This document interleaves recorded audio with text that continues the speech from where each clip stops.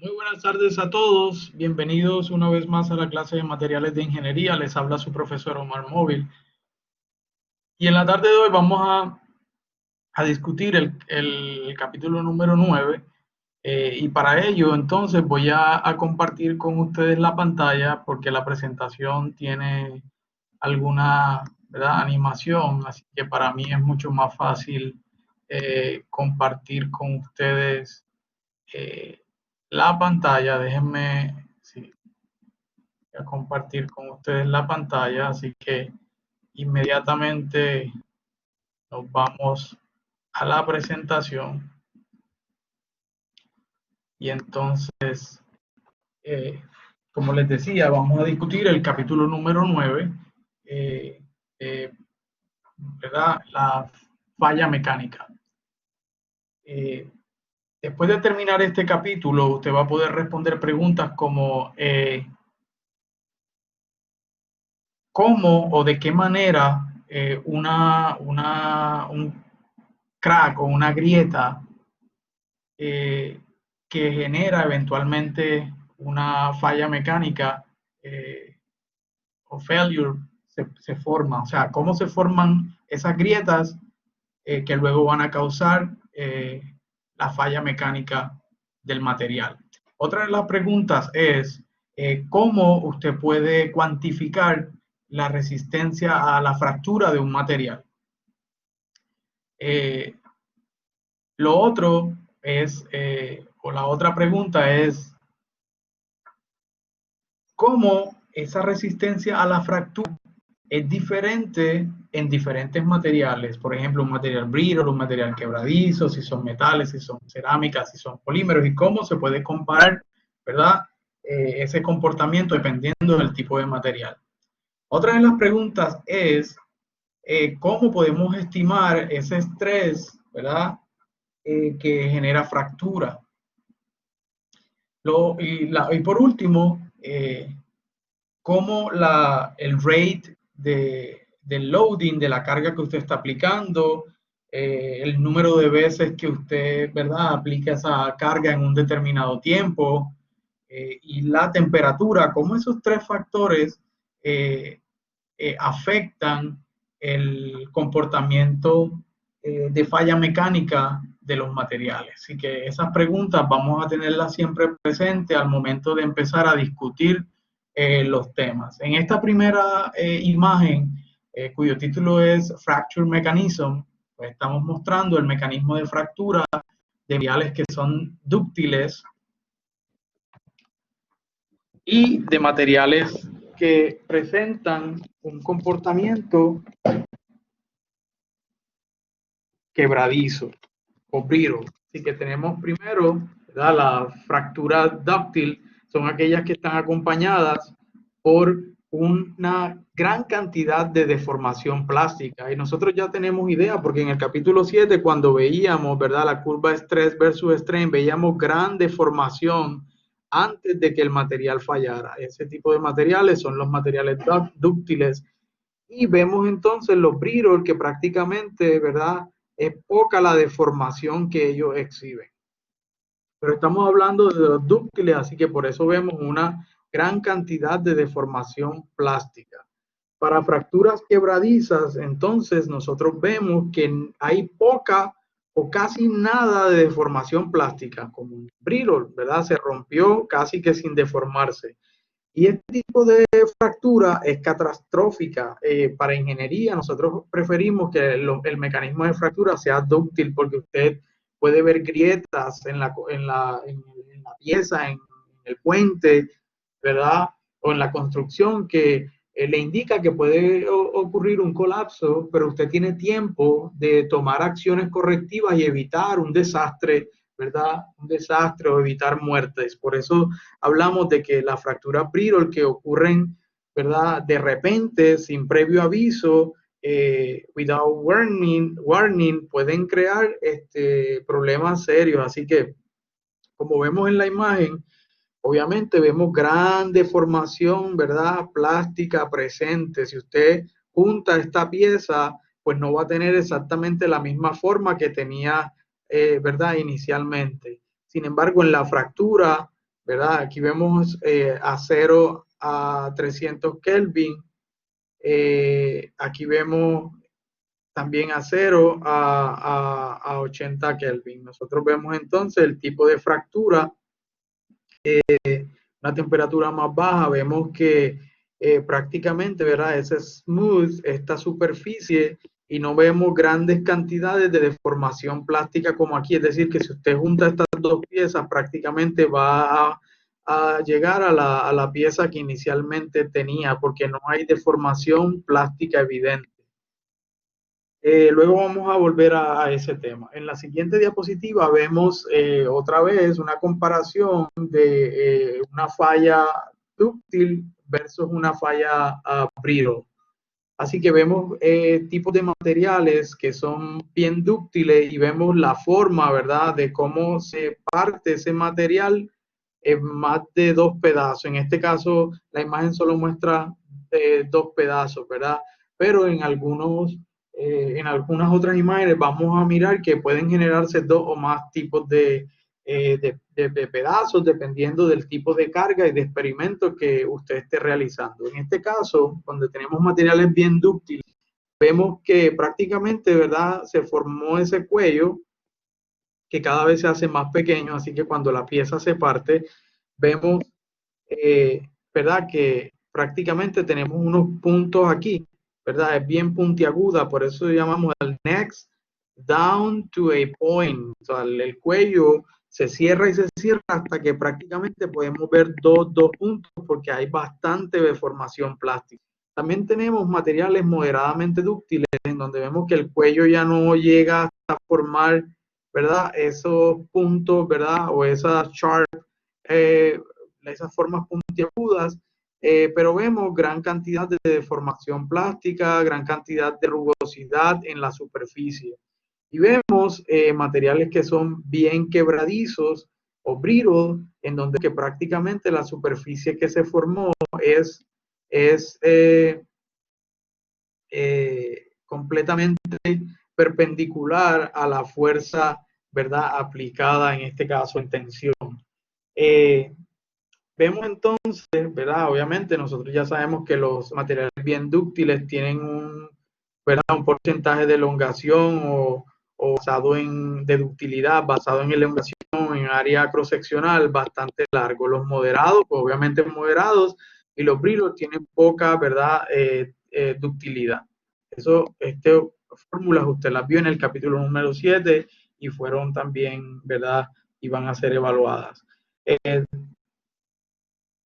Lo más importante es que las fallas, cuando son dúctiles, usualmente se prefieren, lo que les dije ahorita en ingeniería, que tener fallas brittle, porque las fallas dúctiles usted puede tener un previo aviso y tomar acciones correctivas antes de que colapse la pieza, mientras que en los brittle ocurre casi que de manera, ¿verdad?, repentina y usted no tiene break. Aquí vemos otra imagen, una tubería, ¿verdad?, una pieza de un metal, de un material dúctil. Vemos, ¿verdad?, una gran deformación. Por ejemplo, el tubo se rajó, se abrió aquí un boquete bien grande. Hay gran deformación plástica porque usted no puede juntar y tener el tubo inicialmente porque hubo gran deformación. Esto es un tubo que, por ejemplo, explotó porque la presión subió demasiado. Así que vemos, ¿verdad?, ese tipo de deformación allí, una sola pieza, a large plastic deformation. En brittle failure, o sea, imagínense que usted dejó caer un pocillo, que dejó caer la muñeca de porcelana de la casa de la abuela, ¿verdad? Miren toda la gran cantidad de piezas que generó esa ruptura, ¿verdad? Pero esas piezas tienen pequeñas deformaciones.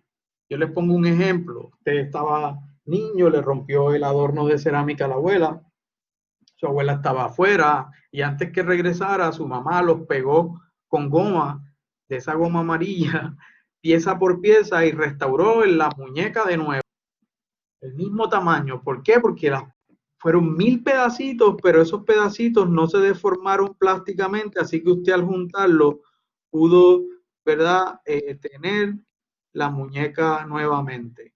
no sé dibujar mucho, pero ahí está la muñeca.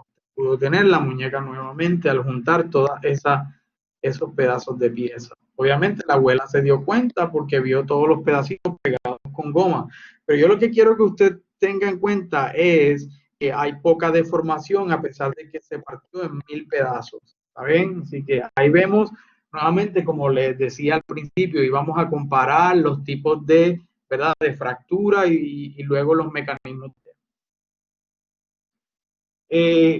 Vamos entonces a mirar los failure stages, o sea, todo lo que sucede para que un material falle mecánicamente. En este caso, tenemos una falla moderadamente dúctil. Nosotros estamos hablando en la gráfica, ¿verdad?, de que estamos aplicando un estrés en tensión de la pieza. Vemos que se empieza a formar ¿verdad?, ese cuello. Luego entonces, miren lo que sucede, empiezan a aparecer los famosos voids. Y ahorita va a haber una imagen, ¿verdad?, que le va a dar una idea en dónde, ¿verdad?, prácticamente hay una concentración de estrés de esas fuerzas que generan propagación de una grieta. Porque el material fue mal hecho, porque es difícil, ¿verdad?, procesarlo homogéneamente, de que no hayan particulados o grumos, así que dentro de la pieza y que por allí, en ese espacio vacío, realmente se concentre el estrés y de ahí empieza a propagarse una grieta. Así que vemos cuando yo sigo, ¿verdad?, aplicando el entonces, ¿qué pasa? Empiezan a nuclear esos voids, estos allí. Esos voids entonces crecen y se unen unos con otros formando prácticamente, ¿verdad?, esta grieta de un tamaño ya considerable. Entonces vemos que ya, ¿verdad?, esas superficies que se crearon allí son considerables y por eso cuando yo aplico un estrés, ¿verdad?, en forma en forma de tensile, yo sé que entonces se empiezan a generar fuerzas de shear en esas nuevas superficies, ¿verdad?, que se empezaron a crear dentro del material. Así que eso es lo que hace, ¿verdad? Como la fuerza en tensión continúa, hace que lo que los dije ahorita, empiece entonces el slipping y entonces eso termina en fractura del material. Algo bien bonito aquí, ¿verdad?, que todos vamos a recordar. Miren la imagen que les decía. Si yo tengo grumos, por ejemplo, dentro de la pieza o partículas, ¿verdad?, que no están completamente disueltas alrededor, si usted ve, hay espacios huecos. Pues por allí es donde se propaga o inicia la fractura. ¿Está bien? Es el void nucleation. Esto es una imagen de acero, de una superficie fracturada. Aquí entonces vemos otra imagen en donde vemos el tipo de fractura que vemos en materiales con un comportamiento moderadamente dúctil. Nosotros vemos, si se da cuenta, y lo vamos a hablar ahorita, la copa y cono. ¿Ven? Hay uno que tiene forma de copa, otro tiene forma de cono, y aquí vemos lo más increíble es la orientación, porque nosotros sabemos que, ¿verdad?, a 45 grados, ¿se acuerdan cuando lo veíamos en el Sleeping Systems? Cuando lambda y phi valían 45, el shear resuelto, ¿verdad?, se sentía más, era mucho más poderoso, así que por eso vemos, ¿verdad?, claramente esta inclinación aquí. Aquí entonces vemos lo que les decía, el copa y cono, fractura de copa y cono de materiales moderadamente dúctiles. Aquí vemos, ¿verdad?, la forma específica y el ángulo del que les hablaba ahorita. Y aquí vemos un material brittle. Los materiales brittle, miren que prácticamente la superficie es completamente smooth. No vemos nada de formación plástica presente en el material.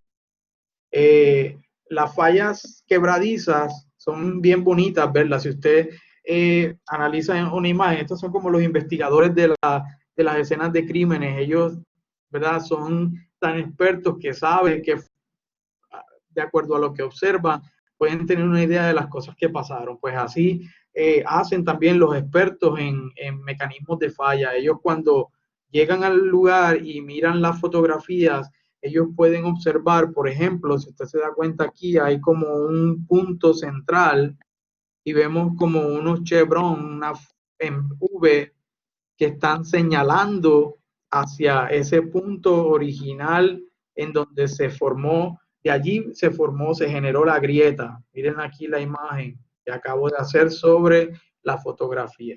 Eso se llaman los V-shape chevrons, marks, que son características de fracturas quebradizas. ¿Dónde se localizan? Cerca del centro de la fractura cuando lo vemos de manera, ¿verdad?, cross-seccional. Estas marcas apuntan, ¿verdad?, hacia el punto donde se inició la grieta. También vemos, dependiendo, ¿verdad?, de cuáles sean, ¿verdad?, más fuertes, si los granos como tal o las fronteras, pues de ese mismo modo se va a fracturar el material. En materiales brittle vamos a ver eh, fracturas que son intergranulares entre los granos. Usted se da cuenta, prácticamente pasa, ¿verdad? Cruzan los granos como vemos en la imagen, en donde no se ve la superficie del grano completamente clara porque prácticamente todos los granos se partieron por la mitad. ¿Está bien? Tenemos otro tipo de fractura que es la transgranular y vemos que esa transgranular prácticamente la fractura ocurre, ¿verdad?, a través de la frontera de los granos. Por eso cuando vemos una imagen de una fractura transgranular, prácticamente la superficie del grano completa, ¿verdad?, se ve claramente, porque la fractura ocurrió, ¿verdad?, prácticamente en la frontera entre los granos donde el material era más débil.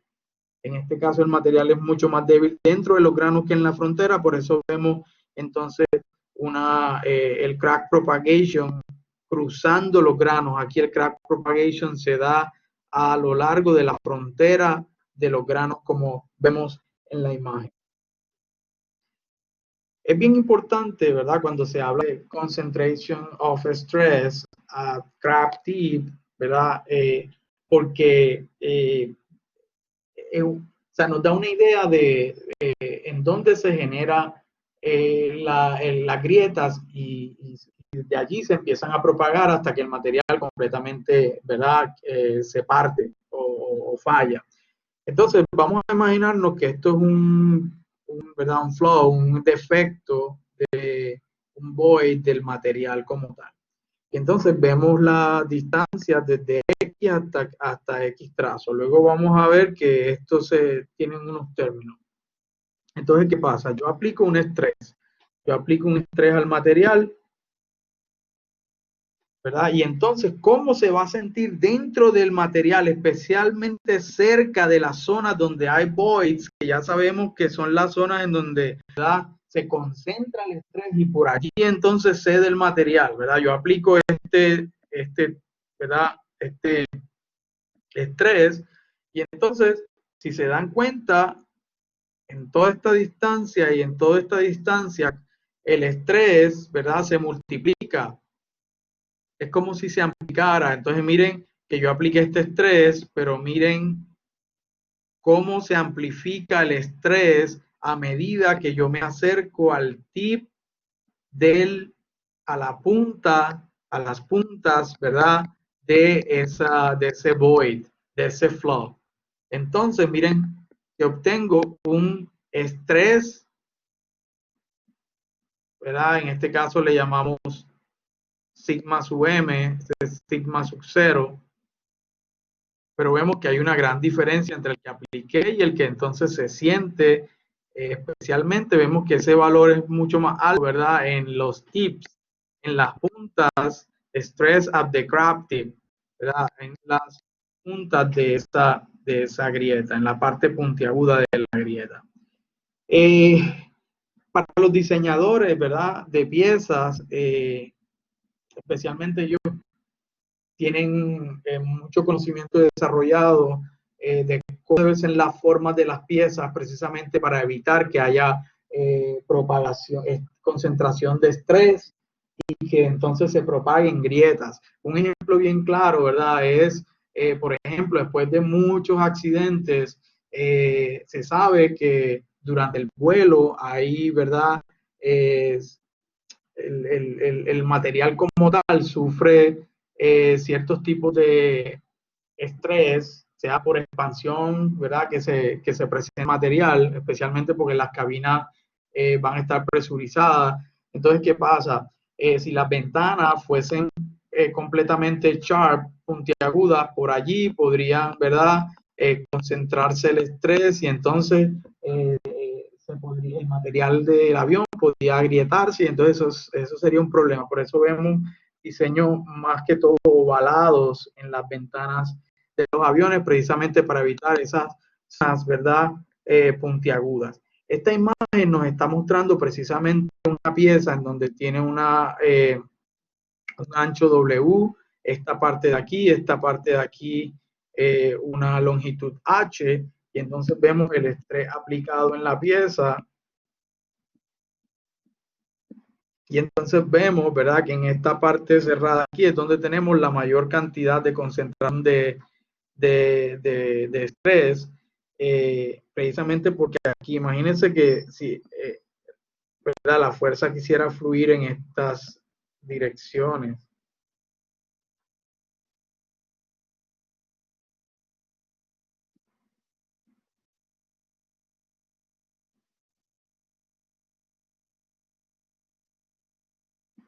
Aquí vemos gran concentración de estrés en comparación con esta que es mucho más gruesa. Imagínense si entonces cada vez hacemos H más pequeño, ¿está bien? También entonces va a haber más concentración de estrés. Otra cosa bien importante que se analizó es que qué pasa si el radio de curvatura cada vez se disminuye menos. O sea, cada vez es menos redondo. Entonces vemos que si ese corner es afilado, entonces ese radio de curvatura tiende a ser cero. Y miren que cuando ese radio de curvatura tiende a ser cero, miren cómo el estrés, la concentración de estrés crece, porque precisamente estas puntas son altos, concentran mucho estrés. Así que hay que tener mucho cuidado con eso, porque el estrés se concentra, ¿verdad? Y también si yo incremento HW, también vamos a ver, ¿verdad? Incremento H y hago incremento W y hago H pequeño, pues voy a, lo que les dije ahorita, voy a ver una mayor concentración de fuerzas allí. Entonces eso va a causar, ¿verdad?, problemas. Por eso vemos que se incrementaría también el stress concentration. ¿Qué es el stress concentration factor? El stress concentration factor es prácticamente la relación entre el estrés máximo sentido en la pieza versus el estrés aplicado. Lo que les decía ahorita, la propagación del crack. Los crack having sharp tips propagate easier than crack having blunt tips. Así que vamos a imaginarnos, me gusta mucho un dibujo.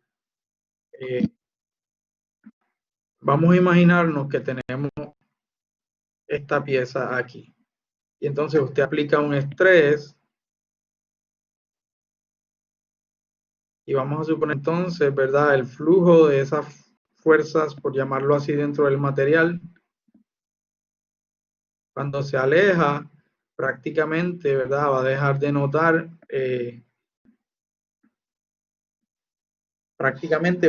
notar, ¿verdad?, concentración de estrés. Pero vamos a imaginarnos ahora que esa fractura o ese flow es bien puntiagudo. Entonces imagínense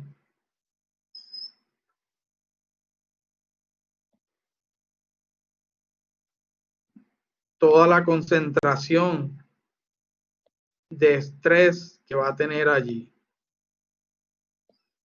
Es bien grande, ¿verdad? Es bien grande la concentración de estrés que usted va a tener allí, lo cual va a favorecer la propagación de la grieta en comparación con este que es más redondeado, más curvo. Así que más o menos una idea, ¿verdad? De este diagrama que no está muy bonito, pero más o menos esa es la idea para que ustedes tengan, ¿verdad? Conocimiento o puedan entender por qué los sharp tips prácticamente propagan mucho más fácil una grieta, porque la concentración de estrés, ¿verdad? Se incrementa o se hace mayor. Ahora vamos a hablar del criterio para que haya propagación de esa grieta, que finalmente va a terminar, ¿verdad? En falla del material, y vamos a ver una fractura. Para que un crack propague,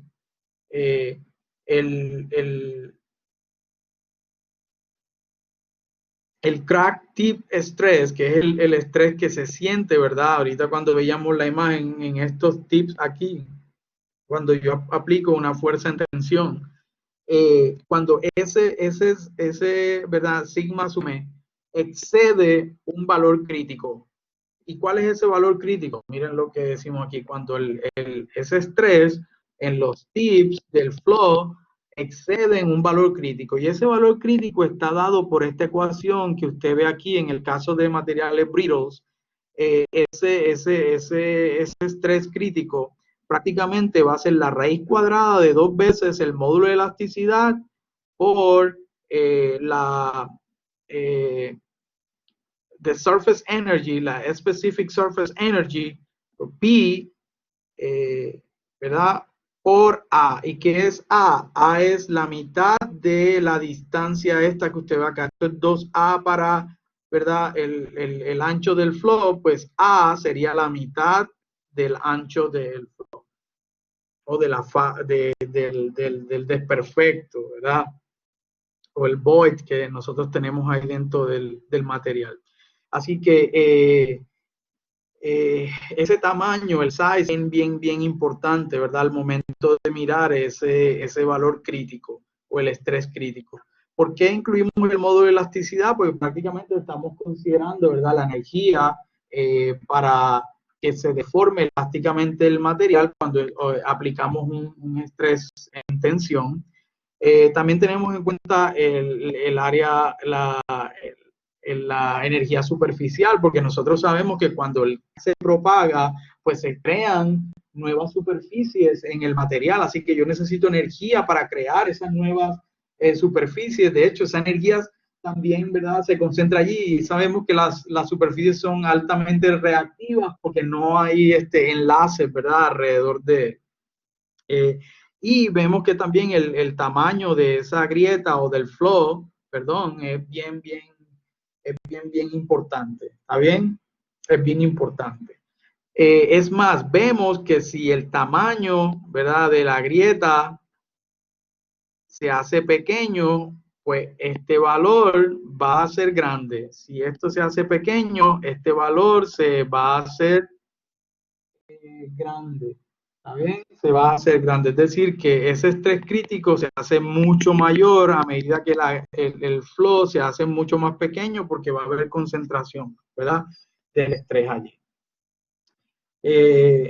Así que esto es para materiales quebradizos. Cuando vamos a hablar de materiales dúctiles, hay que tener en cuenta que no solamente voy a tener la energía, ¿verdad? Superficial, pero también voy a tener en cuenta la energía para generar deformación plástica, porque ya no es un material brittle. Ahora, hacer un material dúctil, pues se está deformando plásticamente y hay mucha energía comprometida en esa deformación. Así que simplemente sumarle el ρ sub P debido a la deformación plástica. Seguimos con el criterio para que se propague una grieta. En este caso, ¿verdad? Como ya explicamos la ecuación del el estrés crítico y sabemos que cuando el estrés en el tip del flow o del void excede este valor crítico, entonces vemos propagación de la grieta. es importante, ¿verdad? Si yo despejo esta ecuación que está aquí, yo la trabajo matemáticamente, paso esto para acá, obviamente tengo que elevar a la 1/2 arriba y abajo, entonces paso este término elevado a la 1/2 al lado izquierdo de la ecuación, entonces me queda la ecuación de esta manera. ¿Está bien? Y estos dos términos son, ¿verdad? Para el material son equivalentes al ratio entre el K sub C, que se conoce como el fracture toughness, y el Y, que es prácticamente un parámetro adimensional o función que depende del tamaño del crack, de la geometría y también de la manera en que se aplica la fuerza. ¿Qué es el fracture toughness? El fracture toughness es una medida de la resistencia del material a quebrarse, ¿verdad? A fracturarse de manera quebradiza cuando hay un crack presente dentro de él. De nuevo, el K sub C es el fracture toughness y es una medida de la resistencia que el material pone a dejarse fracturar de manera quebradiza cuando hay un crack presente dentro de él. ¿Está bien? Así que, de nuevo, volviendo, ¿verdad? Estas dos expresiones decían que eran igual al ratio entre el fracture toughness y el parámetro adimensional. Así que, si cojo esta y esta ecuación y paso a Y para acá, entonces me queda que el fracture toughness es igual a Y, que es el parámetro adimensional, multiplicado por el estrés crítico por la raíz cuadrada de pi por A. Y ya sabemos que es la mitad de la dimensión del crack interno, que yo le llamaba flow también, ¿está bien? Le he llamado crack interno, flow, un void allí. Entonces ahí vemos el fracture toughness se puede medir de diferentes maneras. En esta gráfica vemos que es el KIC en megapascales por metro a la 0.5. Eso quiere decir que está en el modo 1. Esto no es I, sino modo 1. Y el modo 1 quiere decir que en este caso, ¿verdad? Lo estoy haciendo, lo determiné en este modo, en el modo de opening del crack, porque también está en el modo shear y está en el modo ¿cómo se dice en español eso? Cuando yo torsión, ¿está bien? Es bien importante que veamos que esa resistencia, ¿verdad? A dejarse, a la resistencia que pone el material a fracturarse de modo brittle, obviamente es mayor en los metales porque no son brittle. Obviamente en las cerámicas que son más quebradizas, pues ellos se van, el valor es mucho más bajo porque obviamente ellos tienden a fracturarse de manera quebradiza. Los polímeros, ¿verdad? Tienen un comportamiento similar al de las cerámicas y vemos que en el composite, que es una combinación de polímeros con metales o polímeros con cerámicas o cualquier combinación de esos tres, pues vemos que entonces el rango, ¿verdad? Es mucho más amplio y vamos desde valores cercanos a polímeros y cerámicas hasta valores como en los metales, porque obviamente los composites son una combinación de los tres grupos de ingeniería. Vamos entonces ahora a hablar un poco del diseño para, para evitar que las grietas crezcan dentro de una pieza que se esté diseñando. Nosotros acabamos de decir que el fracture toughness era igual a el parámetro dimensional por, ¿verdad? El estrés por la raíz cuadrada de phi por A. ¿Está bien? De phi por A. Eso lo acabamos de decir ahorita, ¿verdad? Mírenlo aquí. Mírenlo aquí. Lo acabamos de decir ahorita. Oh, me pasé. Lo acabamos de decir ahorita. Así que vamos a mirar dos diferentes escenarios o dos situaciones diferentes. El primer escenario es que el maximum flow size dictates the design stress. ¿Está bien? En este caso, si usted conoce cuál es el tamaño máximo que tiene ¿verdad? Esas grietas dentro de su material, esos defectos, esos voids que tiene dentro de su material, porque le hace un análisis con microscopio para poder detectar ese tamaño. Y entonces usted ya conoce cuál es el tamaño. Acuérdense que A es la mitad de la longitud de la grieta. Todo esto es 2A, o sea que A sería la mitad. Usted ya determinó cuál es el máximo valor de las grietas más grandes que tiene presente dentro del material. Con esta fórmula, usted lo que hace es que prácticamente coge esta fórmula y la despeja para el estrés de diseño. Así que ese estrés de diseño prácticamente, ¿verdad? Tiene que ser menor que este valor, precisamente para evitar que haya crecimiento de grieta. Y lo vemos aquí, por ejemplo, si este valor, aquí vemos una gráfica de tamaño de grieta versus el estrés de diseño. Por ejemplo, aquí vamos a suponer que sea 10 micrómetros. Aquí tenemos 5 micrómetros. Estoy inventándome los valores, 5 micrómetros. Pues aquí vemos que este sería el estrés máximo que se podría aplicar, ¿verdad? El estrés máximo o el crítico.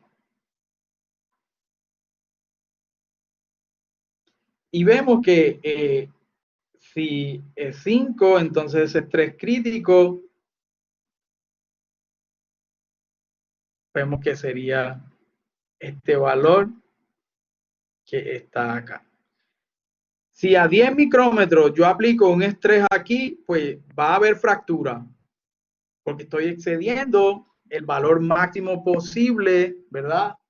Para que haya propagación de grieta. Si es 5 micrones el tamaño máximo y yo aplico este estrés aquí, por encima, ¿verdad? Del límite, pues voy a generar fractura. Así que toda esta área que está por encima de la curva es un área de fractura, el área por debajo de la curva, pues es un área segura. Lo mismo para el segundo escenario sería si, ¿verdad? Yo conozco el design stress, pues entonces puedo determinar cuál es el máximo tamaño posible de esos flaws, de esos voids, de esas grietas pequeñas que pueden crecer y generar grietas más grandes y terminar en fractura, ¿verdad? En falla y entonces tener una fractura. Pues prácticamente entonces aquí lo que hago es que despejo esta ecuación para esta y entonces si tengo el estrés de diseño allí, lo reemplazo y obtengo cuál es ese valor máximo. Así que si yo, por ejemplo, quiero trabajar con un estrés aquí de 1000, yo sé que no puede exceder este tamaño, los flows. Así que yo tengo que procesar el material de una manera tal que no tenga flows más grandes que este. Porque si tiene un flow, por ejemplo, aquí más grande a este estrés, entro a la zona de fractura y el material va a fracturarse. Así que tengo que jugar, ¿verdad? Con estos dos escenarios. Si conozco el tamaño máximo, entonces prácticamente puedo saber cuál es el estrés de diseño. En el caso de que conozca el estrés de diseño, entonces ya sé cuál es el tamaño máximo de los flows dentro del material para que no haya un crecimiento de fractura. Así que tengo que procesar el material para que esos voids o esos flows, esas imperfecciones dentro del material no sean más grandes que este valor para evitar, acuérdense que lo que quiero es evitar que la grieta crezca. Vamos a mirar este pequeño ejemplo de un material que tiene un K1C, ¿verdad? El Fracture Toughness de 26. Acuérdense que KIC le llamamos Fracture Toughness, KIC. Un KIC de 26 megapascal por metro a la punto 5. Entonces vamos a considerar dos diseños. El diseño A, en donde la pieza va a tener el flow, la imperfección más grande de 9 milímetros. Mientras, entonces, teniendo ese tamaño, ¿verdad? De flow, vamos a ver un failure stress, o sea, el estrés aplicado que produce la falla mecánica es 112 megapascales. Entonces se pregunta, usando el mismo material, es decir, va a tener el mismo, ¿verdad? K1C, porque es el mismo material, nos pregunta si el flow más grande tiene una longitud de 4 milímetros, ¿cuál es el estrés, verdad? Que produce la falla del material. Pues miren lo que vamos a hacer. Vamos a usar la ecuación, ¿verdad? Que hemos presentado anteriormente en el slide anterior. Y entonces vamos a despejar para el flow crítico. Acuérdense, el crítico está relacionado con el tamaño máximo o el más grande, el largest flow. Entonces, ¿qué hago? Vamos a coger esta ecuación y vamos a despejar para esta parte de aquí, que es una constante, porque si es el mismo material que se van, ¿verdad? Están haciendo el diseño A y el diseño B, pues esto va a ser una constante porque el fracture toughness va a ser el mismo y el K y el Y, este número adimensional o este factor adimensional va a mantenerse constante. Así que el Y y K1C are the same for both designs. Así que esto es prácticamente una constante y cuando yo despejo para esto, del lado derecho me va a quedar, ¿qué me queda? Del lado, o sea, si dejo esto de este lado, del lado izquierdo me va a quedar el estrés multiplicado por la raíz cuadrada de A. Y eso es una constante, ¿está bien? Y eso es una constante. Así que, ¿qué hago? Pues para el diseño A, prácticamente esto, el estrés crítico por la raíz cuadrada de el flow máximo para el diseño A es una constante, es decir, que va a ser igual a el estrés crítico, ¿verdad? Para el diseño B por la raíz cuadrada de A máxima para el diseño B. Acuérdense que el crítico está relacionado con ese tamaño máximo de la grieta, crítico con el tamaño máximo de la grieta. Así que, ¿qué hago? Pues yo conozco este valor que es 112 para el primer diseño, el tamaño máximo de A es 9 milímetros, para el de B conozco el tamaño máximo que es 4 milímetros y entonces despejo de esa relación el, el estrés crítico, que es el que me están preguntando, el failure stress. Cuando se excede ese estrés crítico, ¿verdad? Cuando el estrés en el tip excede ese estrés crítico, va a haber crack propagation que va a finalizar en falla. Así que prácticamente cuando despejo ese valor de allí, obtengo que ese valor crítico es 168 megapascales. Entonces, miren, cuando el flow era grande, el estrés de ya era 112, el crítico. Cuando ese flow se volvió mucho más pequeño, entonces el estrés crítico, ¿verdad? Creció 168 megapascales. Brittle fracture of ceramic. Cuando yo veo imágenes o cuando vemos imágenes de una falla de cerámica, vamos a irnos un poco más allá, o sea, simplemente que es smooth la superficie, que no hubo deformación plástica. Cuando yo veo la imagen en un microscopio, yo puedo ver el punto de origen, que es más o menos el centro aquí, que es el centro, el origen de la falla. Luego veo una región que se conoce como la región de espejo, ¿verdad? Es brillosa y es bien smooth, mírenla aquí, toda esta que se ve aquí.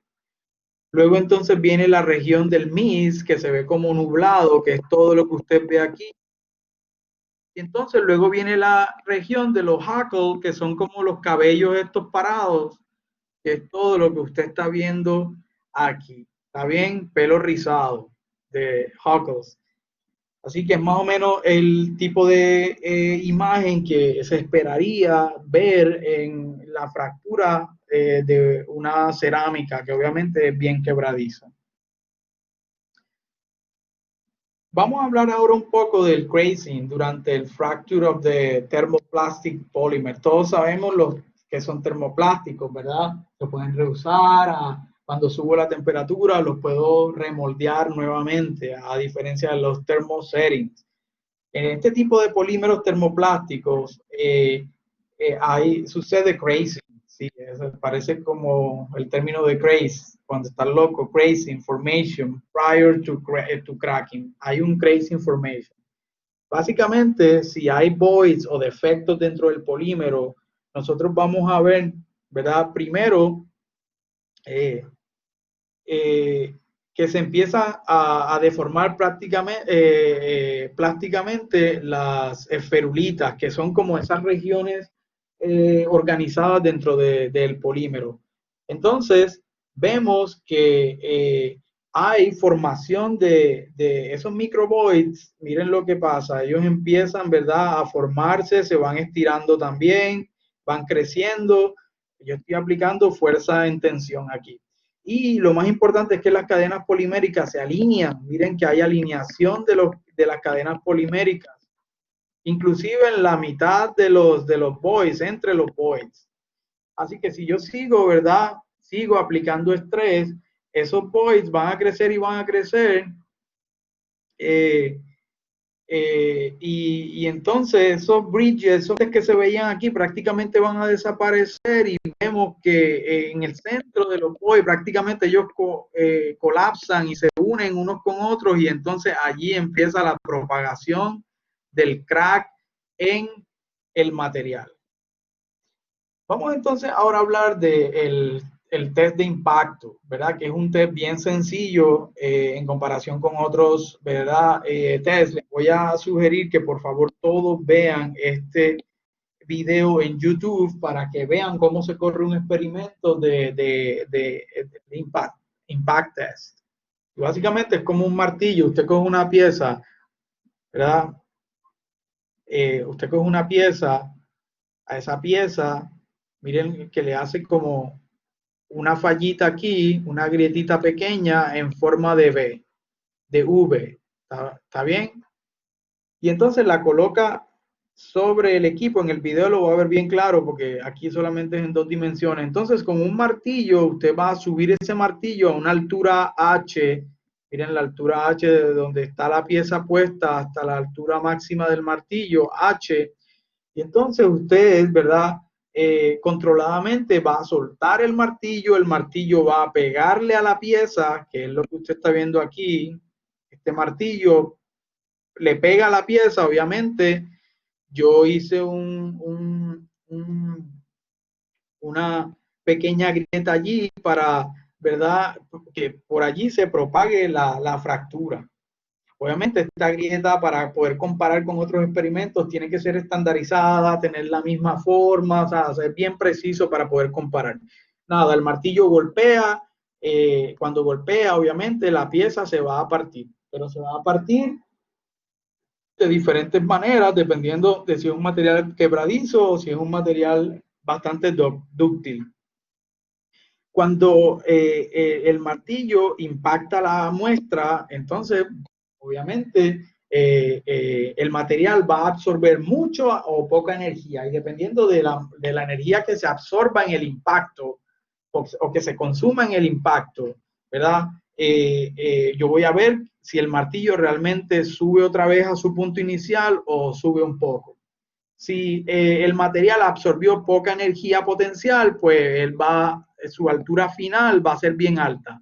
Si en el impacto se absorbió mucha energía potencial, entonces vamos a ver que el martillo no va a subir tan alto. Así que vamos a ver una diferencia entre la altura inicial y la altura final. Esa diferencia, ¿verdad? O sea, de altura multiplicado por la masa y la gravedad nos va a dar la energía potencial.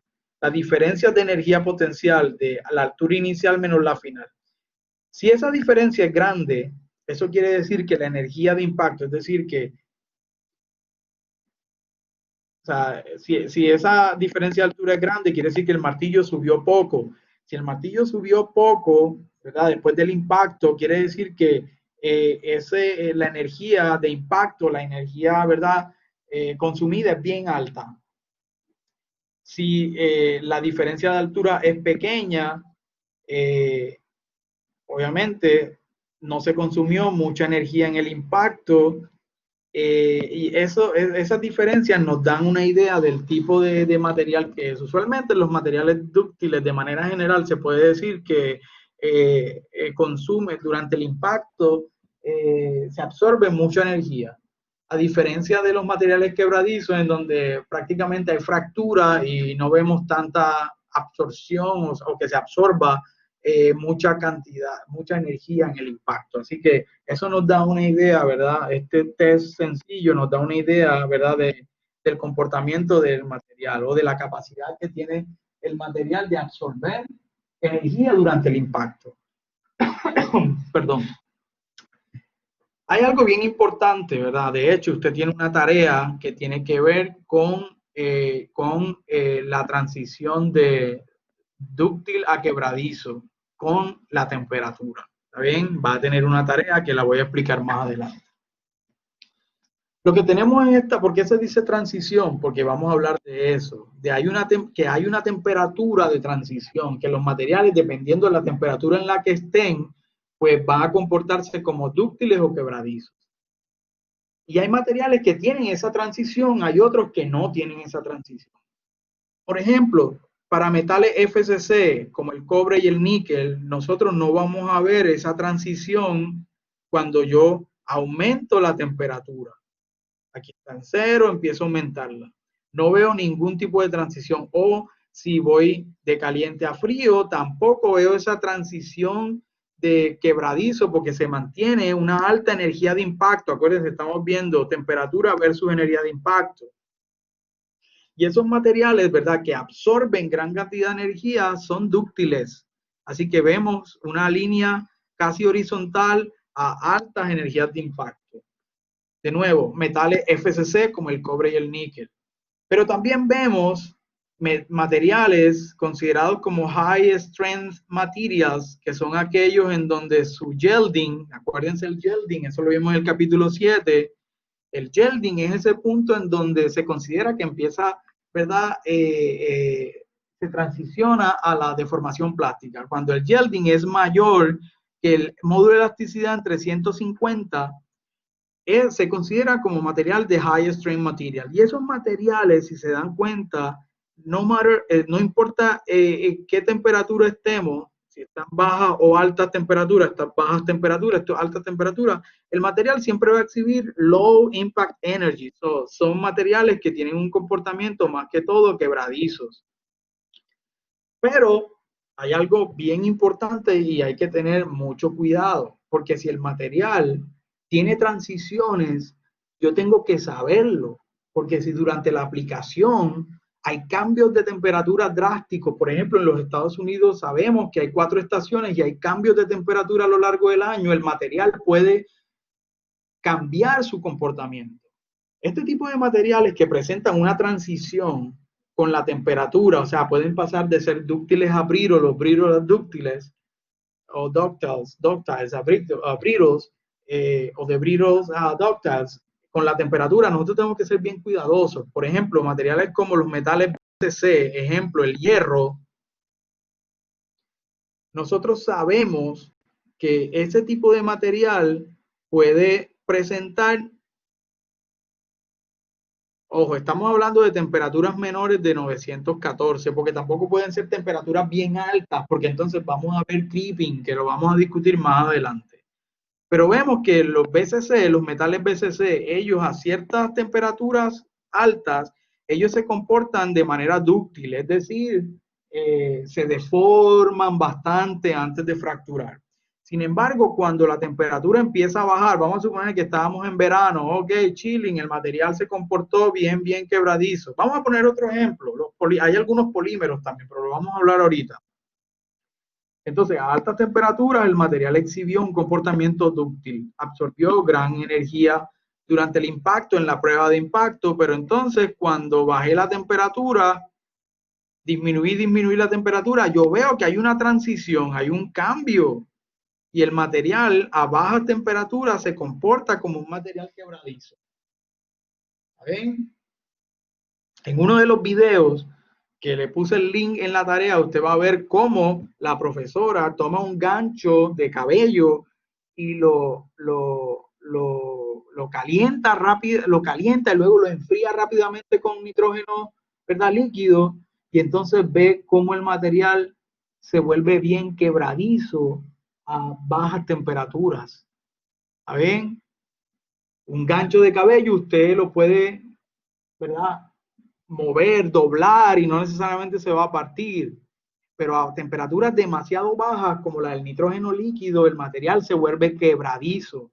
Así que ese tipo de material presenta, lo mismo es un tubo plástico. Coja esos tubitos, usted va a ver que la profesora coge un tubo de esos plásticos, ¿verdad? Transparentes, y entonces lo enfría con nitrógeno y se vuelve quebradizo. Coja un chicle y métalo en el freezer. El chicle pasó de ser bien dúctil a ser quebradizo, a prácticamente parecer vidrio. ¿Está bien? Así que hay que ser bien cuidadoso con eso, porque usted va a leer para la tarea lo que pasó con el Titanic, el famoso barco. ¿Se acuerdan de esa historia que generó películas famosas? Así que usted va a leer acerca del Titanic, qué fue lo que pasó con el Titanic, qué pasó con el material que se usó para la fabricación, ¿verdad?, de muchas de las piezas del barco cuando entraron en contacto con bajas temperaturas en el océano. Así que todo eso usted va a hacer un ensayo de una página con estas especificaciones,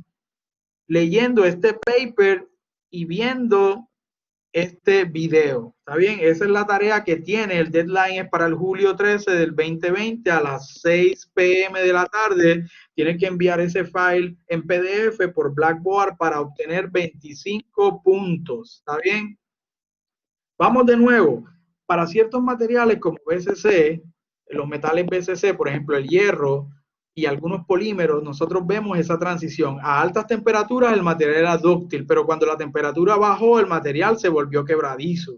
Así que hay que ser bien cuidadoso cuando lea y aprenda acerca de lo que pasó con los materiales de ingeniería que se usaron para el Titanic. Usted va a entender qué fue lo que pasó o qué provocó que cuando el barco chocara con el iceberg fuera bien, bien fácil para el barco poder partirse.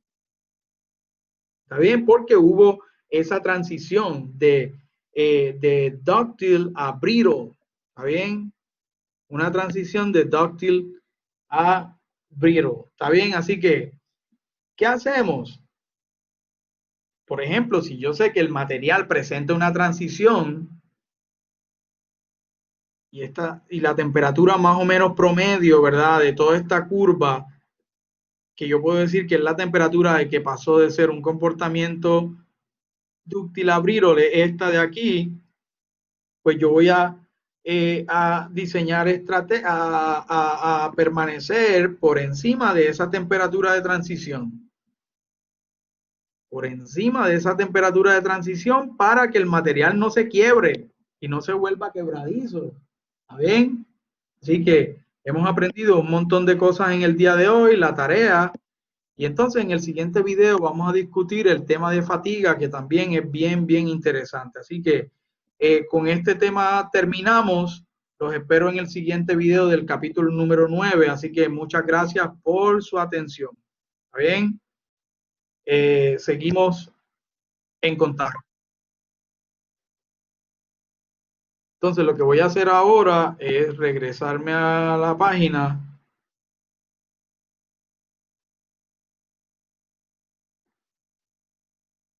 y despedirme de ustedes. ¿Está bien?